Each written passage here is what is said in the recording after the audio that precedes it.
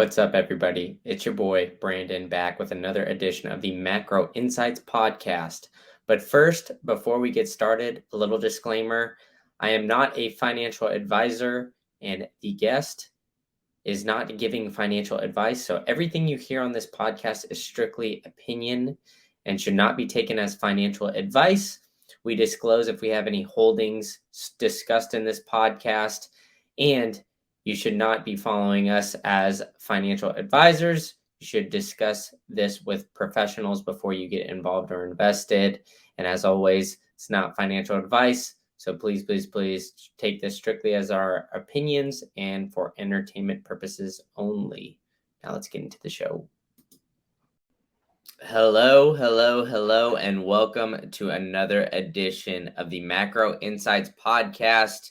But first, I'd like to thank everybody who's listening on Podcasting 2.0 apps like Fountain. If you're listening on those, then, feel free to leave me a little boost. And if you leave me a little boost and a review, I will read it on the show. So I have one from Ace Dost, who listened to the 7th episode with Deer Point Macro. So he went and dipped in the well and listened to one and said interesting points of view when Deer Point and I were talking about a short recession. So I think we're closing in on episode 40 here. So he really dipped back there. So I appreciate everybody going back and listening to those early on episodes too. So, but on that note, I do have a very special guest. If you listen to the last episode, I was on his podcast, and now I got him on my side of the table. So Dividend Dave, how you doing tonight? Hey, yeah, thank you so much for having me on your podcast. It was definitely fun to have you on my show, the Passive Income Podcast. And yeah, let's just get into it.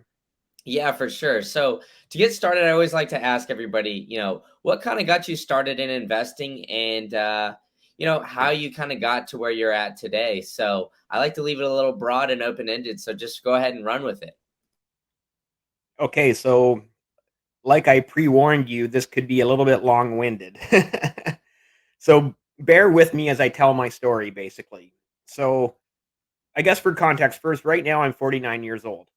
30 years ago, I was 19 years old. The math checks out, right? So as a 19 or 20-year-old, and you have to also keep in mind this is now around 1990, the early 90s. I guess 1992, I was 19 years old. And I wanted to get into investing. We didn't have things back then like apps on our phones or cell phones.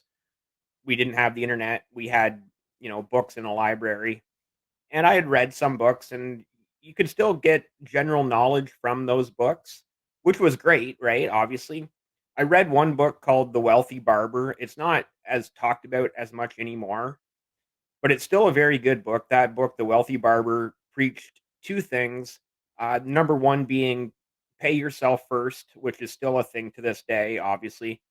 And then the second thing that it really preached was to invest or save or do something with at least 10% of your income. So, okay, as a 19-year-old, I'm thinking I'm not making a lot of money, but I can afford to invest 50, 75, $100 a month, right? Whether that's 10% of my income or not, that's somewhere in the ballpark. And so I recall phoning a stockbroker, like actually picking up a landline, because that's what we had back then, landlines, and phoning a stockbroker. And that stockbroker said to me, "Oh, you need to," I can't remember if it was $10,000 or 10,000 shares, but either way, as a 19-year-old kid, I had neither, right? I did not have 10 grand to, and even if it was if it was a $5 stock, like, do you think I had 50 grand? Of course not, right? So obviously that was disheartening, and I probably should have phoned around to more stockbrokers to see if maybe there was some stockbroker out there that would have let me invest, say, 1,000. But just that first phone call was so disheartening that I was, I guess, a little bit put off by it. What I did eventually find was an actual financial advisor who got me into investing in a mutual fund. So this story is also like very much a warning for anybody in the younger generation because to this day, it's like 30 years later, if I still had that mutual fund, I'd be sitting on a very nice nest egg. I did get into that mutual fund, and as we know, mutual funds have their pros and cons, like everything else. A lot of people do seem to think the cons outweigh the pros when it comes to mutual funds, but at the time, that was literally my best option. So I think I started it with like a $100 deposit and then $75 a month. Um, Thereafter, and again, starting as I'm pretty sure I was 19, maybe 20, and I did that, religiously for I think 5, maybe 6 years. And at some point in my mid 20s now, at around 25 years old, I had that mutual fund up to about 10 grand, maybe a little bit less. I seem to think that it did hit 10 grand. I can't remember exactly. But of course, life happens. You're in your mid 20s, you need money. Well, what did I do? I withdrew all of the money and I closed the account. And to this day, I'm kicking myself because obviously, if I still had that mutual fund, and if I had kept paying $75 every single month for 30 years, I would be sitting on, like I said, a very nice nest egg, probably at least half a million, right? But like I said, life happens. I needed the money. I closed the account. I used the money for whatever I needed at the time. And yeah, so that was, I guess, my first foray into investing, which started out great, didn't end so great, but definitely a warning to anybody who is younger listening to this to just grind through it. Do whatever you need to do to keep that money in that account, whether it's now an investment account. I know in the US you have Robinhood, in Canada we have Wealthsimple, and it's just a matter of keeping it there, doing whatever you have to do to not withdraw that money because 30 years later, I like, oh, I'm gonna move on from that. It's making me sad thinking about it. So Well, then fast forward to, I guess, yeah, to the mid 2000s, 2006, 2007, before the financial crash. And by this point, obviously, we did have the internet, we did have online banking. We still did not have apps on our phone. We had, I could buy stocks through my bank, but I was paying 9.95 in a commission per trade. So I'm thinking, well, I need to like save up enough to at least buy like 100 shares to make that $10 commission, 9.95, to make it reasonable, to make it worthwhile, right? But again, if it's a 6 or 7 or $9 share or stock, you're like, well, I don't always just have an extra 600, 700, $900 lying around. So I kind of got into some investments in that era of the '06 to '09. I actually did kind of well on a couple, like the financial crash actually helped me a little bit where I was able to, buy a few stocks cheap and sell them for a bit more, like in 2009. But then again, life happens, and I ended up withdrawing all of that money somewhere around, so 2010, 20 2009, late 2009, I met my now ex-wife, and we got married in 2013. And at this time too, in 2013, I'm trying to get back into, at this point, obviously too, I had figured out the dividend strategy of like, oh, if sure you might start out at 50 cents a month or quarter, but every single time that you reinvest, you're gonna just kind of keep making more and keeping more, making more and making more, right? Unfortunately, my, like I said, now ex-wife didn't understand the passive income strategy that dividends provide. So I guess just fast forward again to just last year or the year before into 2020, 2021. the crash, well, the mini crash of the pandemic, and let's call it the pandemic crash of 2020, right? March 2020. And I didn't have anything invested at that point in time. And I was like, oh, this is this. And of course, all along, I'm watching the markets and I'm thinking, like, well, you kind of can get what I'm thinking. And so that March 2020 really, really struck a chord with me. It was like, right now is the time that everybody should be buying shares because they're all on fire sale, right? And then I guess later on into 2020 and into 2021 is when I really started to apply myself into the dividend investing strategy, which brings us up to the current date of 2022. And again, sorry if this is, I knew it was going to be a little bit long winded, and I pre warned you about that, but it does give you my background of where I've been, where I've come from, what I've done as an investor, and where al you could almost see where I hope to be too in, like, whether it's 10 or 15 years. And again, being at 49 now, in 10 years, I'm at 59. That's getting pretty close to when you wanna think about retirement, right? So I really need that passive income to grow over these next 10 years. Yeah, and that's great. And I mean, I have no problem with it being long-winded or anything like that, right? Because it gives a lot of context. And I think, I get listeners of all ages and things like that too. But I think that the interesting part too is like you've kind of been through, quite a bit of, market cycles, right? You've seen Yep. 2008, you've seen the dot-com boom kind of as like about, a little bit right after when you got started.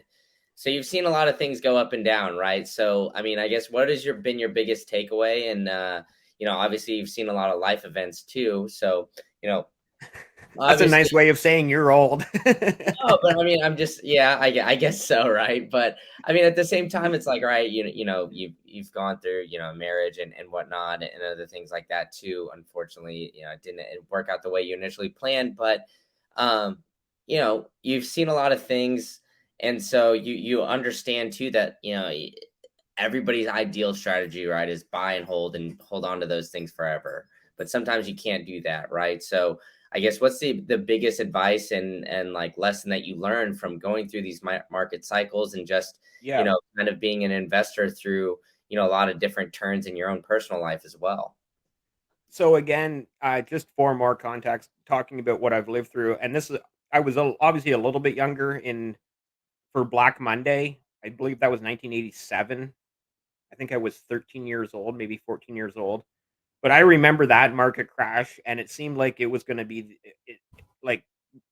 And again, back then we didn't have the internet. You got the news the next day in the newspaper, or maybe maybe at like 6 o'clock at night on the 6 o'clock news if they had time to get it onto that show. But that Black Monday market crash in the late '80s, it just seemed like the world was ending. But again, again looking back, the more knowledgeable investor probably realized, oh, this is a perfect time to buy. The market just crashed. Let's just buy everything on fire sale. So yeah, to your point, I even before I started investing, before I was old enough to even really understand the market or know what the market was about. To your point, I have seen several market cycles, and yeah, no, my uh, to answer your question, my number one, by far number one advice to any younger listener is if you've started and now today is the best day to start. If you haven't started, today's the best day to start. If you haven't started, just start. But my number one advice is, just keep holding. Figure out a way to not have to dip into your investment account. Figure out a way to not do that because that was by far the biggest mistake I've made in my investing journey. So, all right, I know we're kind of cutting open some of these wounds, but if you were to go back and do it again, would you do something like, maybe make a emergency fund?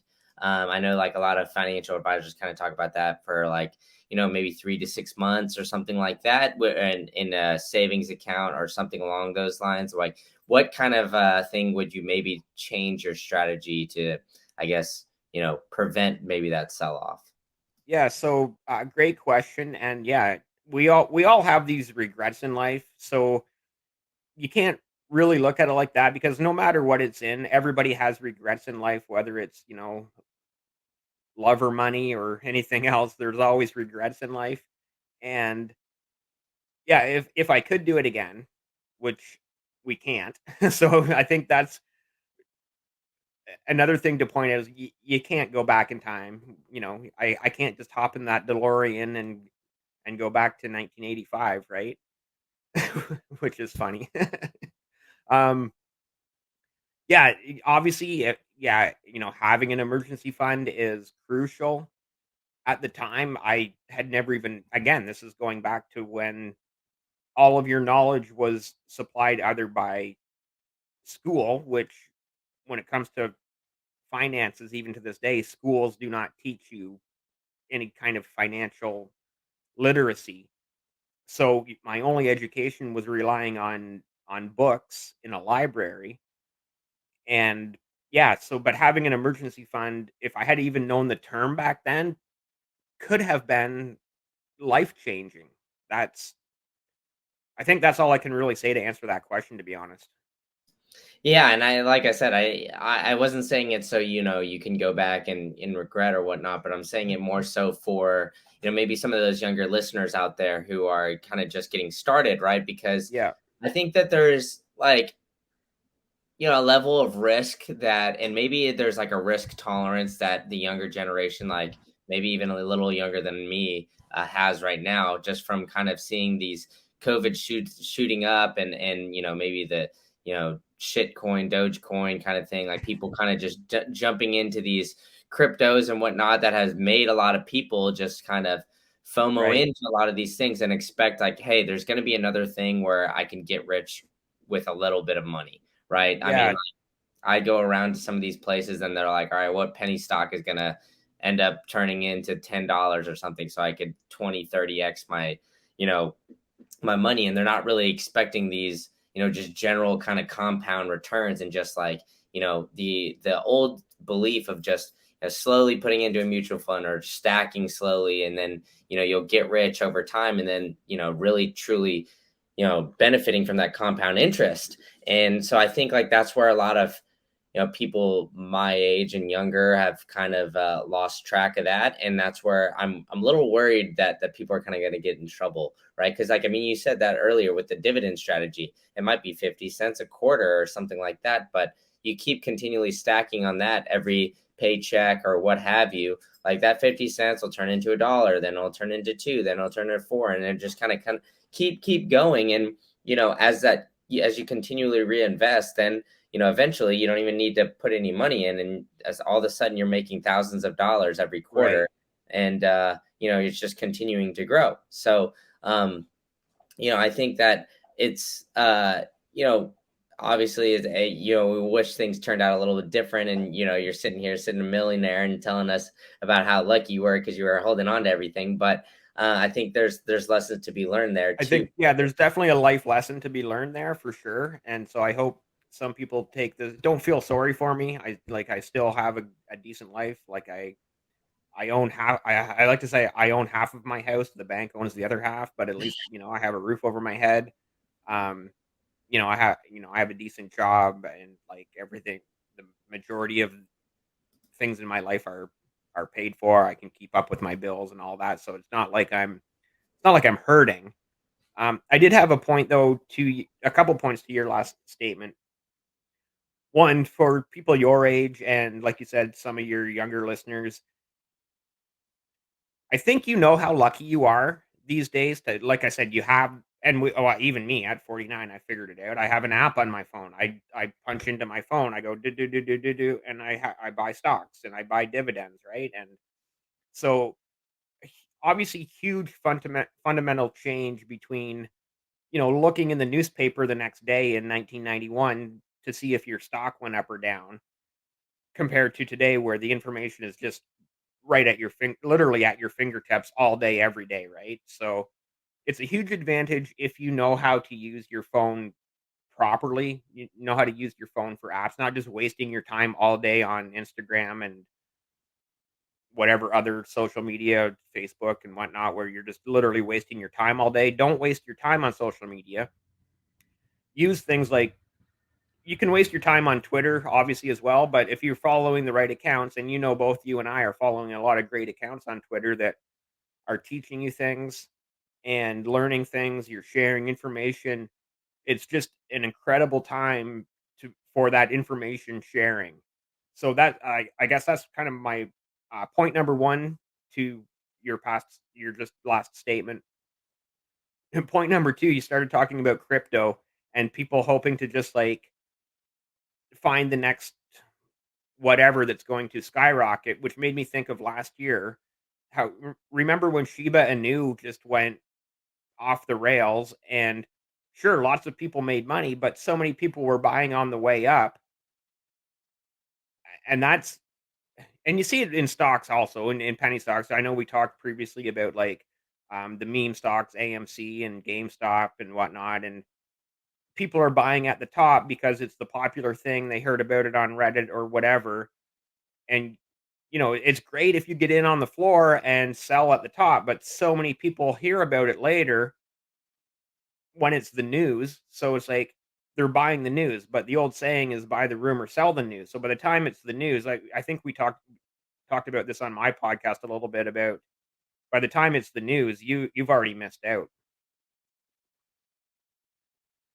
Oh, 100%, right? I mean, it's like the same kind of deal, right? So if you buy some crypto or some stock, when penny stock, when it kind of gets popularized, you're probably going to be, buying at near the top, right? Because that's just kind of how it works, right? I mean, Yeah. like everybody else kind of figures it out a little bit before you, and then you're trying to FOMO it in, and that's when you run into trouble.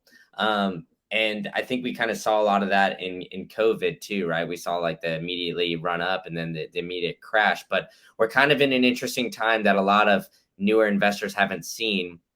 We're seeing the Federal Reserve raise interest rates at the fastest rate in 40 years, as they just raised another 75 basis points yesterday. We're recording this on Thursday the 3rd. November So, 2022. yeah, exactly. And so I'd like to hear your opinion, I guess, on the overall just macro environment. Like, Yeah. obviously don't you don't need to give a full on prediction of where we're going or whatever, but what kind of things are you seeing out there, and maybe how is it different than other swings that you've seen in the past? So, great question. And I don't pay a lot of attention to that because, I'm in Canada. The Fed's going to do what it does in the US. In Canada, it's called BOC, Bank of Canada. And they quite, they don't always mirror what the Fed does, but it's, we'll call it a reasonable facsimile. So quite often, obviously, when the Fed raises rates in the US, a month or two later, Bank of Canada will raise rates in Canada as well. As far as the macro outlook perspective of it, I try not to let the noise bother me too much. Like it's going to happen. They're going to raise rates at some point, and this is going back to, like you said, viewing the market cycles. At some point, they're going to lower interest rates again. I don't know when that's going to be. I can't sit here and say, oh, they're in 2023 or 2024, they're going to lower the rates again. But there is a cycle to it. It will happen, whether it's 23, 24, 2025. Who knows? So I try not to let, like I said, that outside noise bother me too much. I just want to stay focused on my plan of, growing my portfolio, growing my passive income, hopefully helping others along the journey too. If they're, watching and listening to your podcast, watching and listening to my podcast, following all these other great accounts on Twitter, whatever it is, like everybody's trying to help everybody. So I'm not too overly concerned with, you know what I'm saying? I'm not too overly concerned with that, what's happening right now today. I know in the future sure, maybe before they start lowering them, they could raise them another 50 or 75 in another 3, 6 months. Who knows? But somewhere down the line, it'll start to lower again. And then, did you have a second question there about like recession? Well, I was essentially just asking, like, how do you see it differently than maybe potential other swings? I know you say you don't really pay too much attention, but has this been something that you've almost kind of prepared yourself for, or is it dependent on your market outlook, like your longevity in the market, or like how you're kind of investing for the long term? Right. So it's funny. I saw a tweet today about asking if the recession is 9 innings long, where do you think we are? So obviously 9 innings is a baseball game, and a lot of the responses to that tweet were bottom of the sixth, top of the seventh, uh, you know, mid middle of the seventh, whatever. And I don't know if it's that late in the recession. I was actually thinking of I was DMing you saying I was stuck at a train on my way home. I live close to train tracks, so quite often get stopped at trains. And I was thinking about it when I stopped at the train. It's like, I'm not sure if we're that late into this recession, into this cycle, right? Is but I'm confident we're into it. Like I'm quite confident we're at least into the bottom of the second, top of the third, bottom of the third, somewhere in the early to start of the mid innings. So that's I guess where I see the market cycle right now, with this, they keep saying recession looming. It really seems like the recession is here, but again, that's you know media spin, right? The recession looming, and then they finally admit, oh, the recession has actually been here for in 6 months' time. They'll actually admit, oh, the recession has been here for a year, and we look back and say, well, we knew that, right? Um, and I think was it you and I talking, maybe another one of my guests on my podcast, where we were talking about, or I was mentioning, I don't see this recession. You're asking me about market cycles. I don't see this recession as um, what's the word, like devastating as past recessions that I've lived through.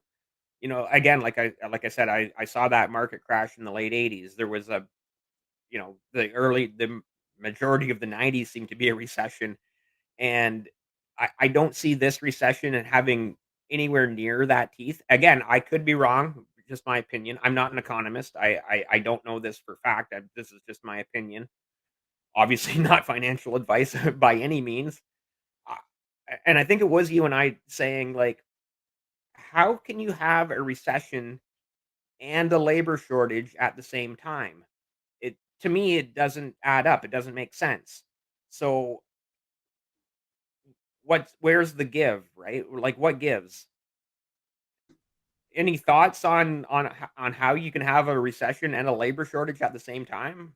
Yeah, so I've kind of been giving this a lot of thought lately. I know like Was there's it some you and I talking about that?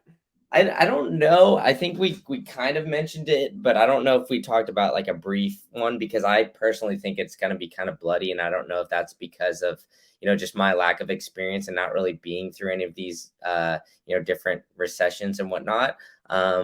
But personally, I think we have a lot of crazy factors going on, right? So we have inflation at like all-time highs for a long drawn out period of time, and the Federal Reserve is kind of pushing the bar up essentially, right? They said before the inflation target was 2%, right? And so Jerome Powell has said that at the end of the day, having the unemployment number go up would be viewed as a success because too many people are having jobs where they're not really working too hard. So there is a lot of jobs open, but I think like, I personally went through a job hunt in the past like, 5 or 6 months anecdotally, and through that job hunt, I found that a lot of mid like tier level jobs were not really hiring. It's more beginner or maybe some senior level, but those senior level will probably always be around, right?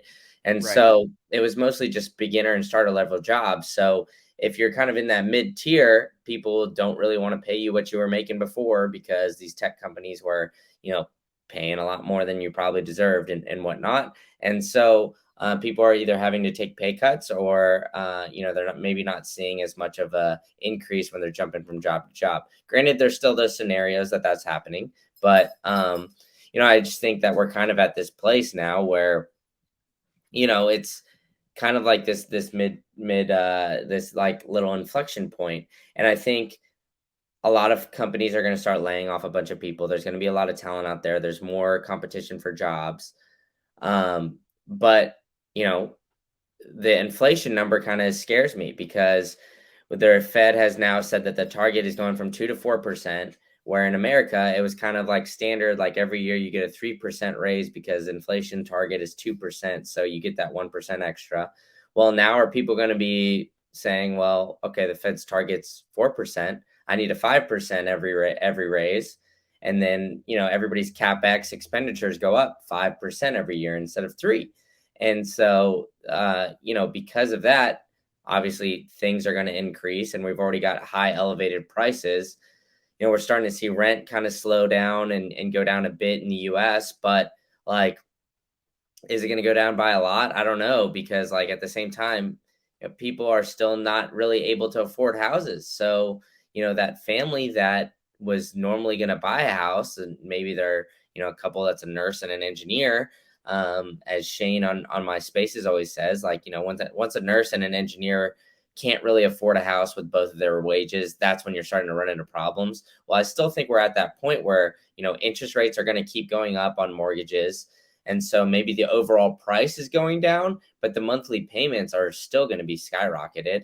And so Right. because of that, rent's going to still increase or kind of like flatten out here soon. And, you know, and there's not going to be as many people with like higher paying jobs. And so, and then with everything kind of increasing, I think everybody's kind of either been scared to get back into the market or is not really willing to and is kind of sitting on the sidelines.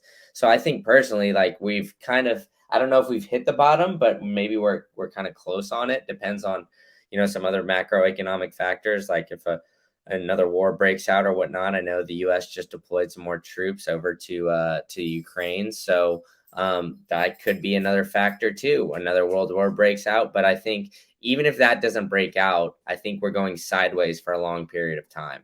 I think that there's going to be a long period of no growth. And because of that, that's going to be, a recession turning into maybe even a depression. So Yeah. that's the way I kind of view it. On a And it's, positive note, go ahead. on a positive note, millionaires are made during recessions, so we could be in a good position here. I Exactly. just So want to touch back on your inflation numbers. go for it. You were talking about like 2 and 3%. Now, I don't know, maybe it's different here in Canada, but they compare like monthly to the previous year. And so like in June, July, and I believe August, our inflation in 2022 compared to the previous year was like 7, 8, and 9%. Like ridiculously high inflation numbers. So that was just, I guess, one thing I wanted to point out, like ridiculously high inflation numbers. Yeah, and I think that's not only here for the US, it's a lot worse, a lot of other places in the I mean, I know in Canada it's maybe not as bad too as in some places in Europe. And we talked about this a little bit on your show, the Yeah, energy crisis that we got going on over in Europe. So I think there's a bunch of different macro factors about that can affect the market. I think the US is kind of primed to do better than almost any other country. But I think there's going to be kind of a move to more of like a nationalistic economy. So, yeah. yeah. So, I mean, I think I think, I don't have necessarily. Nationalistic like continental for sure. Obviously, Canada and the U.S. have been incredible trading partners for ever now, and that'll continue. And but yeah, I think I would agree with you with like I might have been mentioning to you about the cost of shipping containers from overseas in this past year, which has obviously really made companies look inwards to that domestic supply because obviously it used to be cheaper to buy from China. The shipping container cost got so astronomical that it became a lot less expensive to buy domestically than to import from well, specifically China, but anywhere in Asia, right? So that's I guess to your point of like whether it's nationalistic or continental, I'm sure I could see Europe probably doing the same. We were mentioning on my show about Germany being so dependent on Russian energy as well, which obviously is causing a huge problem not just in Germany but really for all of Europe. So yeah, I can definitely see Europe looking to North America for energy, right? To both Canada and the US to supply more, whether it's LNG or propane or oil or whatever. They're trying to, with the sanctions going on against Russia but they don't have the infrastructure to, we can ship it over there. They just don't have the infrastructure to offload it from ships, right? So obviously, they have the infrastructure of the pipelines from Russia into Germany and into the rest of Europe. So I don't know. It's obviously it's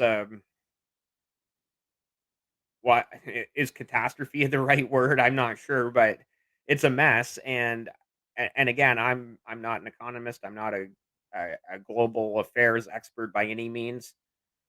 But I obviously I listen to the radio. I listen to the news. I read things on the internet and you make you form your own opinions and judgments, and it just really seems unfortunate what's happening to primarily Germany, but the rest of Europe as well with the like you said, it's an energy crisis, which in the long run could, bode well for Canada and the US if Europe starts building the infrastructure to allow the Canadian and US energy imports, right? But again, where is uh natural gas and propane and oil going to be in 100 years?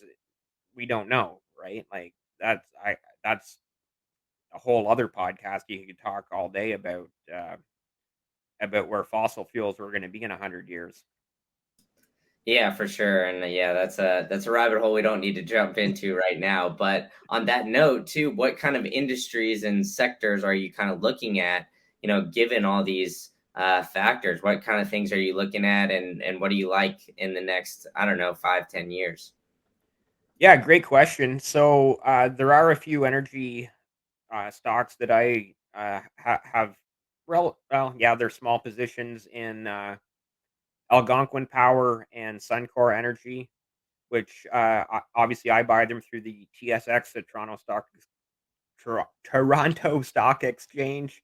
And I'm quite sure that they're both. I know Algonquin Power is available in New York, and I'm quite sure Suncor is as well. So I do still invest in energy. Obviously, like we were mentioning on my podcast, it's like everybody needs energy. You're down there in the sunny south where you don't have to worry too much about winter heat, but the rest of us up here in the Great White North and obviously the northern U.S. states like Michigan and Wisconsin, Maine, and Dakotas and all of that. Obviously, New York and everybody has to worry about heating their homes all winter. So energy is still, in my books, a pretty big play, a pretty important play. Other sectors I like, I know we've talked about telecoms. I know we've talked about REITs. I know I'm sure we must have talked about Canadian banking. So yeah, any of those sectors you want to dive into, let's go for it. Yeah, I mean, we kind of touched on touched on energy a little bit already, so we'll move past on that one. But let's get into REITs because I think this is kind of an interesting one. So why do you like REITs? Because it seems like the real estate market overall, like we kind of said, yeah, rising interest rates are going to kind of lower those prices, Yeah. making it harder for home flippers. Rents kind of going down a little bit right now. So yeah, tell us why you like REITs. So I correct. I do like REITs a lot, and I have a couple reasons. Probably my number one reason is that it gives me exposure to real estate without being the landlord. I don't have to worry about the phone call at 2 a.m. saying anything, right? Like I'm not getting that phone call at 2 a.m., but I have that nice exposure to a little bit of real estate here and there. And I probably the number two, this probably used to be my number one reason, but I think it's number two now because I really like the fact that I have the exposure to real estate without the worries of being a landlord, right? The second is that obviously, uh, in my journey, I've never found a REIT that doesn't pay a monthly dividend. And not that it really matters that much because it's going to be whether you get paid monthly or quarterly, that percentage annual yield is going to be the same. I do like the monthly because that allows me to reinvest every single month and grow a little bit more every single month. Those are probably my two main reasons why I like REITs as a one of my favorite sectors. Yeah, and I think from my perspective too, and correct me if I'm wrong, but I hear a lot of issues going on in the Canadian real estate just sector in general, right? Like it's very difficult to buy a house now. Prices are extremely elevated, and it seems like it's a play that you can kind of get in and get exposure to that real estate market at obviously a significantly less entry point than maybe buying a starter home or something like that. Yeah, right. Great point about the Canadian housing market. Toronto and Vancouver, obviously, pretty much the two most popular cities in Canada, and real estate pricing is absolutely ridiculous in both of those cities. Like, I pretty much dare you to just look up like just a normal little two-bedroom bungalow in North Vancouver, and it's going. I'm guessing if you go to just a real estate website and look for a like a two-bedroom, two-bath bungalow, North Vancouver, I would guess you're probably looking at somewhere between 1.2 and 1.5 starting. That's probably like the starting point. So housing prices it, and again, this is Toronto and Vancouver, extremely expensive. A lot of people don't just have 1.5 million laying around. Right? I know some people do, but not everyone. Especially if So, yeah, you're getting started too, right? I mean, like it's kind of unrealistic to just like, hey, I'm gonna put all this money in a savings account and just wait until because I mean it's not gonna compound your wealth at all. well, and to your point, like a starter home, well, isn't like a two-bedroom, two-bath bungalow, or even a two-bedroom, one-bath bungalow, isn't that like a starter home? What Yeah, 25 to exactly. 32-year-old has 1.5 million for a starter home? So, the housing market in Vancouver and Toronto is I think a little bit beyond realistic. So, yeah, that's my mini rant about those two cities. With that said, and don't get me wrong, I love both those cities. They're great cities. It's great to visit, but just almost impossible to live there. Well, traffic is another thing. I live in a very rural area for a reason. So yeah, once you get outside those two cities, there is a lot of very affordable housing in Canada, and it's just a matter of being willing to not live in Toronto, Vancouver, and the other cities too are getting expensive as well. Montreal, Calgary, Edmonton, probably even Winnipeg is probably getting up there. I don't know. I haven't. Nobody looks at real estate in Winnipeg. um, but yeah, once you're willing to get outside of the major urban centers, and listen, we're Canada. We've only got like 12 of them, right? There's only 12 major urban centers here, Yeah. if that, right? Like even our other big cities are not that big, right? Like they're like the city I was born in. To me, it's a big city, but it's got a population of like 140,000. So Gee. that's not a big city, right? But to me, that's a big city. Yeah, well, I mean, I guess anecdotally too, I went to Texas A&M for grad school, and generally speaking, SEC schools, that's the Southeastern Conference, it's big football conference and what have you. those Yep. towns are really small. And so A&M is one of those bigger towns, but it has like 250 to 300,000 people there, and it's a very small town by US Right. standards. So I mean, I get it, and to like real estate in those markets where you're probably at right now, like it's gonna be tough finding renters, and it's, yeah, a little bit more or it's I guess a little bit harder to do some creative things. So obviously it's more advantageous to, buy in those bigger markets. And so because of that, it's Yeah. just harder. So yeah, I mean, I think that there's a lot of issues going on in that market from what I hear, and I don't know the specifics, so I don't want to speak on it too much. But let's get into the telecom sector. So tell me what you like about that, and why you're kind of bullish on that sector going forward. One last thing on real estate before we jump into telecoms, and this is a little bit of knowledge for you too. Did you? So this is also, I know you're into Airbnb, the other side of your duplex. Did you know that there are 2 million lakes, over 2 million lakes in Canada? I didn't know that, but I knew that there was quite a few. Yeah. But I'm So sure like a lot aren't really populated, right?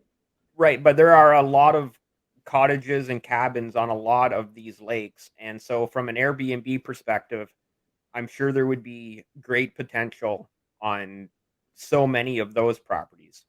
I just wanted to squeeze that in there. Also, I like to tell people that there's over 2 million lakes in Canada. Yeah, there we go. You just like to drop that fact, right? Yeah, yeah. Exactly. But telecoms, yeah, let's get into telecoms. Yeah, for sure.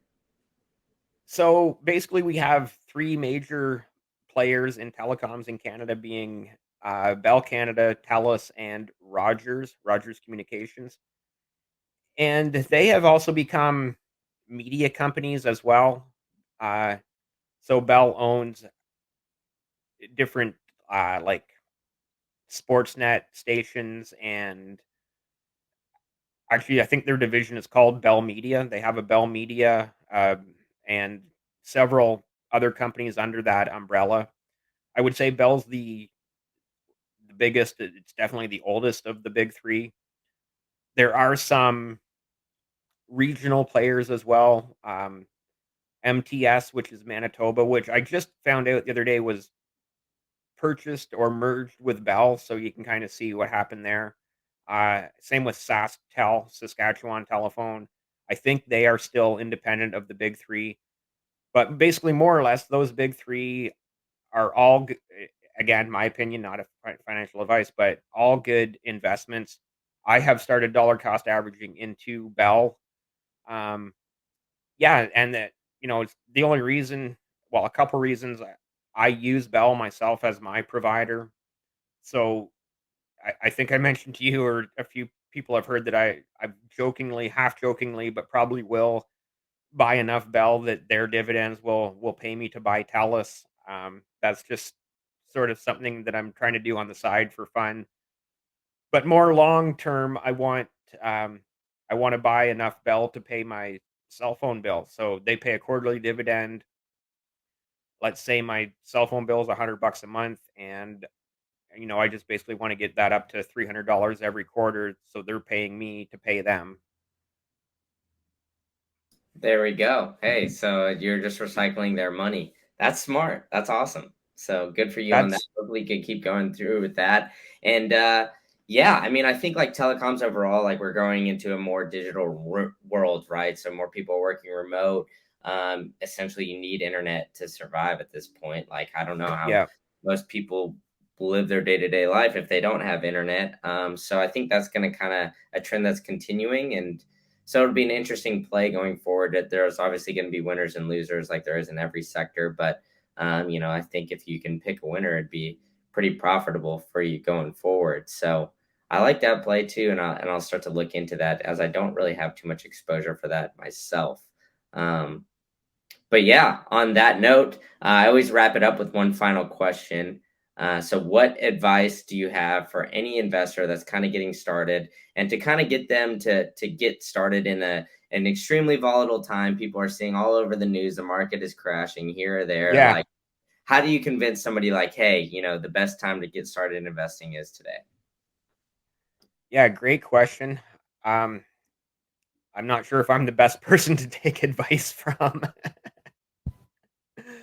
Yeah, great question though. And so, like you said, the best time to start investing is today. The best time to start investing was 10, 15, 20 years ago. The second best time is today, now. Just start. Um, I saw another tweet the other day, and basically the tweet was one day or day one. And I just thought that sums it right up, right? Like, if you're thinking, "Oh, one day I'll do it. Oh, one day I'll do it." Well, guess what? One day never comes, but day one starts now, right? So that's probably, like you just said, that's probably the best advice is just get started. The next advice would be think long term. And again, this is even going back to me as a 19-year-old kid. I was thinking long term. I just didn't have the whatever to hold through, and but think long term. Even if you're starting out at my age in your, mid to late 40s, you got to think long term. Well, where am I going to be, in 10 years, 15, 20 years time, even 30 years time? Like, oh, am I still going to be alive in 30 years? Hopefully, maybe, who knows? But think long term, right? Again, going back to some of the earlier comments we've made about the GameStops and AMC's and Shiba News of the world, great if you catch it on the ride up, but be forewarned about buying into those when they're at the top. And it's very easy to hear about them when they're at the top. It's not so easy to hear about them when they're at the bottom, right? So, um, yeah, long term investing, you don't have to worry about that nearly as much. You just dollar cost average, I guess, is part of that advice. Dollar cost average in, and in 20 years time, speaking going back to Bell, the telecom, I started buying in at around 62, 63. It dropped down to 57 or so. I didn't quite have a chance to get even one share at 57, which would have been nice. I could have dollar cost averaged down a little bit. It's back up to 61 right now. I'm hoping to grab another share or two real soon. But in 20 years time, if I have a nice stack of Bell that's paying me every quarter, they're paying me that dividend to pay them their cell phone bill. Am I going to care? What happened 20 years ago between 57 and 63? You're not going to think about it. It's going to be a distant memory, right? So, Well, I Dave. don't know if I have any more advice other than that. Oh, that's perfect. On that note, we'll wrap it up here. So, Dave, I really appreciate your time. Why don't you tell everybody where they can find you and what you got going on? Yeah, perfect. Yeah, so thank you so much for having me on your podcast. You can find me on Twitter right there on the screen at Lovey1973. Lovey was my high school nickname, so that's why I still hold it to this day. Yeah, so feel free to you know, follow me on Twitter, reach out, DM me, anything. And yeah, so that's where you can find me at Lovey1973 on Twitter. And then, as we have mentioned, I am the host of the Passive Income Podcast. Primarily, I've been uploading to YouTube. I'm pretty sure if you search Passive Income Podcast, it'll probably come up. I have been slacking on uploading to the audio platforms, so I apologize for that. I am on Audia as well, which is an audio platform, and yeah, so those are kind of the main places to find me. Those pretty much Twitter and YouTube. Yeah, for sure. And I think if you there's a couple that might be the same as passive income podcast or have some passive income podcast on there. So if you search it, the passive income podcast, I think it's if you put the passive income podcast in there, you can find Right. it. So, all right. Well, Just put a Dave, link in the description below. I will 100%. There'll be a link in the show notes and in the episode notes wherever you get your audio. So be sure to Awesome. check it out. I was on one of the episodes, so go ahead and check that out as well. Yeah. And Dave, keep up the good work, man. And I hope to keep interacting with you in the future. Yeah, definitely, definitely. Like I said, I want to do a live on the podcast sometime soon, so hopefully we can get you on the live. on a Yeah, live man. stream. Sure. We'll have to do it one time, one of these days. So awesome stuff. So Dave, thanks so much. Okay.